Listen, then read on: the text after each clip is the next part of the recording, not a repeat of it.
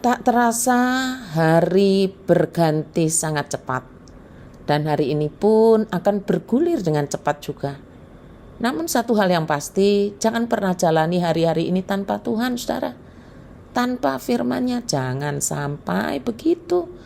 Apapun juga yang menimpa kita, yakinlah tidak ada yang di luar kontrol Allah kita. Karena itu mari kita bersaat teduh, bertemu dengan Tuhan dulu, merendahkan diri di hadapan-Nya sebelum memulai atau mengakhiri hari ini. Saat teduh kita hari ini dari Kisah Para Rasul 2 ayat 32. Saya akan membacakan dalam terjemahan 2. Sesudah ia ditinggikan oleh tangan kanan Allah dan menerima dari Bapa Roh Kudus yang dijanjikan itu, maka dicurahkan Roh itu seperti yang kamu lihat dan dengar di sini. Saudara-saudara, dengan membaca firman Tuhan secara berurutan, maka kita menyediakan diri dibentuk oleh firman. Jika firman itu yang membentuk kita, pasti kita diberikan kekuatan untuk meninggalkan manusia lama atau meninggalkan manusia duniawi kita. Sekarang mari kita perhatikan baik-baik apa yang Tuhan mau ajarkan kepada kita miliknya. Ingat, gereja adalah milik Kristus. Dan yang menjadi kepala gereja adalah Kristus. Sehingga jemaat harus menaati Kristus, pakai cara berpikirnya Kristus, menaati firman Kristus. Apapun kata-kata atau nasihat yang kita dengar, ujilah dengan firman Tuhan. Apakah membawa kita taat Kristus atau malah menjauhkan kita dari Kristus? Bacaan kita hari ini dari Kisah Para Rasul terjadi pada saat Pentakosta, di mana Roh Kudus dicurahkan. Sejarah pencurahan seperti ini hanya terjadi satu kali ya saudara, tidak berulang kali, satu kali. Pada saat itulah Rasul Petrus berkhotbah. Rasul Petrus berkhotbah dari kitab Nabi Yoel yang menubuatkan tentang Kristus yang saat itu telah naik ke sorga. Demikian kata-katanya. Hai orang-orang Israel, dengarlah perkataan ini. Yang aku maksudkan ialah Yesus dari Nazaret, seorang yang ditentukan Allah, yang dinyatakan kepadamu dengan kekuatan-kekuatan dan mukjizat-mukjizat dan tanda-tanda yang dilakukan oleh Allah dengan perantaraan Dia di tengah-tengah kamu, seperti yang kamu tahu. Dia yang diserahkan Allah menurut maksud dan rencananya telah kamu salibkan dan kamu bunuh oleh tangan bangsa-bangsa durhaka. Tetapi Allah membangkitkan dia dari sengsara maut karena tidak mungkin ia tetap berada dalam kuasa maut itu. Lalu saya lanjutkan membaca ayat 32 sampai 33. Yesus inilah yang dibangkitkan Allah. Dan tentang hal itu kami semua adalah saksi, yaitu para rasul. Dan sesudah ia ditinggikan oleh tangan kanan Allah dan menerima Roh Kudus yang dijanjikan itu, maka dicurahkannya apa yang kamu lihat dan dengar di sini. Dan ayat 36, jadi seluruh kaum Israel harus tahu dengan pasti bahwa Allah telah membuat Yesus yang kamu salibkan itu menjadi Tuhan dan Kristus. Saudara-saudara, setelah orang banyak mendengar khotbah Petrus, Roh Kudus yang baru saja dicurahkan menggerakkan orang banyak untuk merespon firman.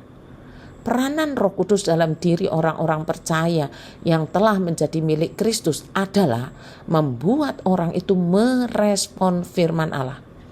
Bukan marah-marah, bukan ngamuk, bukan tantrum, bukan. Walaupun kalau kita cermati saudara, khotbah Rasul Petrus itu sebenarnya sangat tajam menusuk hati mereka yang disebut bangsa Israel, karena mereka lah yang menyalibkan Yesus.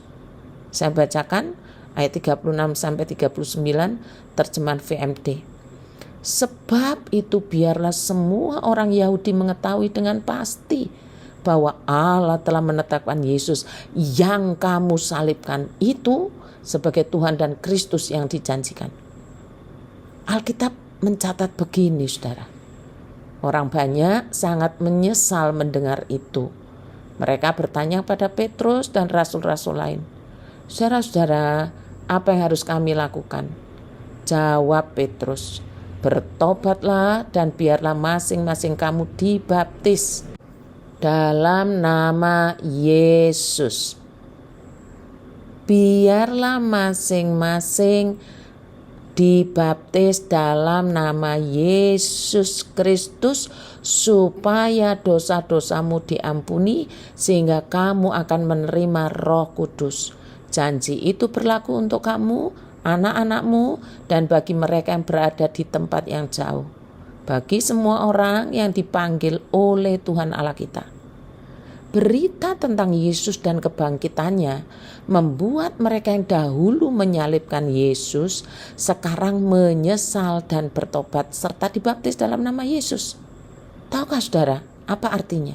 Artinya mengakui bahwa Yesus mati, mereka yang dulu menyalibkan Yesus juga ikut mati, dan kemudian Yesus bangkit, mereka juga percaya bahwa mereka bangkit bersama-sama dengan kebangkitan Tuhan untuk menerima karunia Roh Kudus, yaitu memberitakan tentang Yesus yang telah bangkit.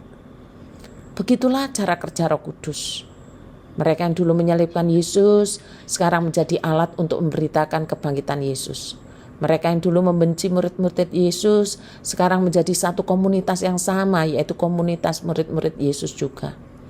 Bagi kita sekarang yang bukan pelaku sejarah tapi masuk dalam sejarah Alkitab di masa kini, sekalipun bukan pelaku langsung penyaliban Tuhan, maka seruan bertobatlah tetap berlaku sampai hari ini. Bukan hanya berhenti menjadi Kristen saja, tetapi menjadi alat pemberitaan Injil, yaitu kebangkitan Tuhan Yesus. Bertobatlah dan biarlah masing-masing kamu dibaptis dalam nama Yesus Kristus supaya dosa-dosamu diampuni, sehingga kamu akan menerima Roh Kudus. Sebab Allah telah menetapkan Yesus yang kamu salibkan itu sebagai Tuhan dan Kristus yang dijanjikan. Selamat ulang tahun Nurani, Menanda, Meilinka, Clara, Sabrina, Amelia, Yohana, Krisyevel, Nababan. Doa untuk kalian akan saya beri. Terima kasih. Tuhan Yesus memberkati kita semua.